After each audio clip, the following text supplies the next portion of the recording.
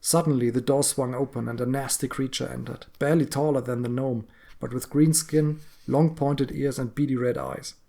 Several more followed behind it. The first one to enter, a particularly tall and brawny specimen, drew a wicked curved blade. "We are searching for a dark elf and have reason to believe he is here," it bellowed. "Hand him out to us and no one will be harmed." Fondir did not waste any time. The half-elven bard was adept at weaving cheerful songs, but he was also so much more.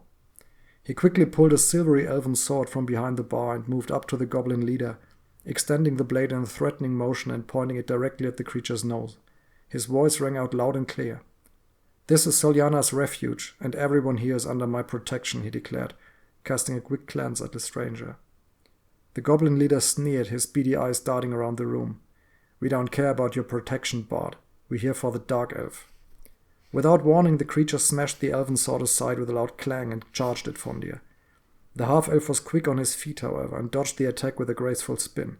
He swung his sword, slicing the goblin's arm and forcing him to retreat. Within seconds, all hell broke loose as several patrons of the inn stood up, weapons at the ready, and defended their home turf against the pack of goblins that had disturbed the peace.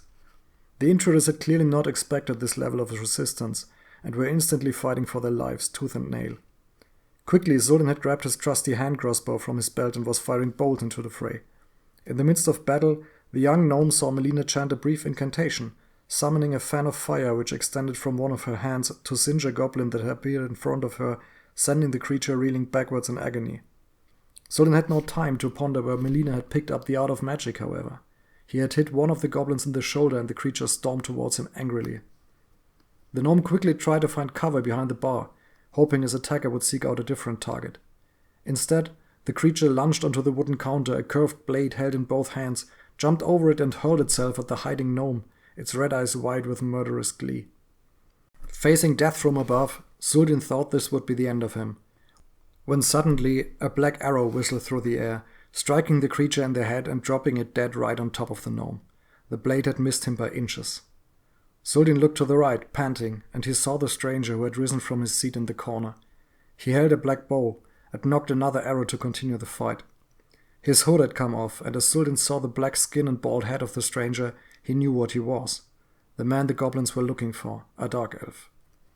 In the midst of the chaos, Taelurien fought with the skills of a ranger.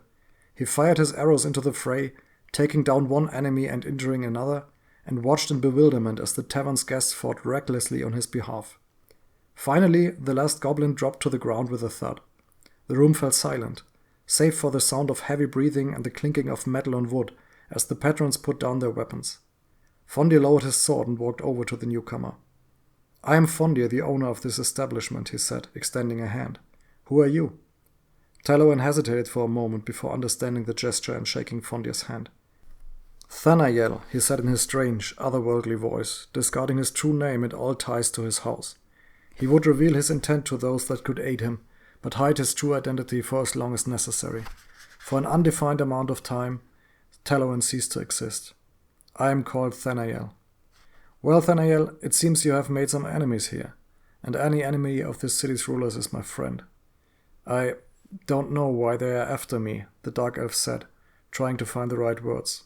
He had learned the common language as part of his studies, but he wasn't very good at it. "I asked some questions." "Don't worry about it today," Fondir said. "If you want to, you can stay with us for now." He looked around at the goblins who had been killed by the dark elf's arrows. "We could use someone with your skills." Taelurien seemed to consider this, weighing his options. Finally he nodded, his expression still stern. The patrons of Solyana's Refuge quickly cleaned up the mess that had been made. The goblin corpses were dragged into the back of the tavern and apparently into the cellar. One of the patrons, a large burly fellow who almost looked like one of the barbarians from the Eastern Isles, took a peek outside if anyone had reacted to the commotion.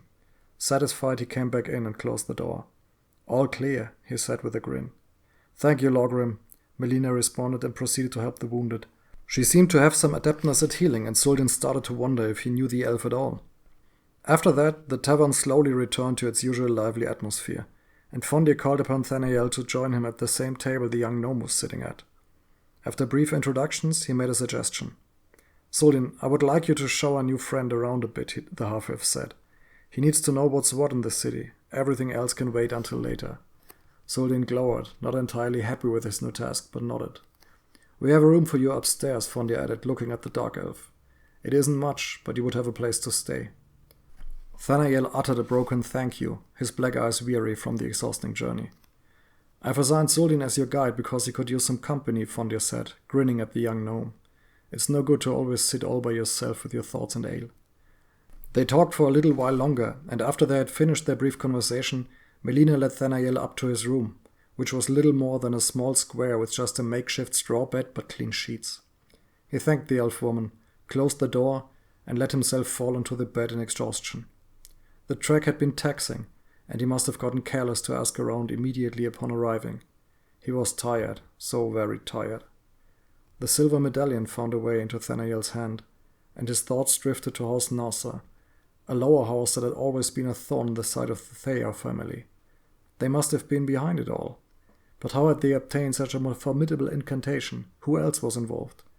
Determined to find answers, the young dark elf focused on his new surroundings. For now, his best bet was to learn more about this city that the humans called Cardion. With time, the right opportunity would present itself, and he would know his target. Until then, he would bide his time.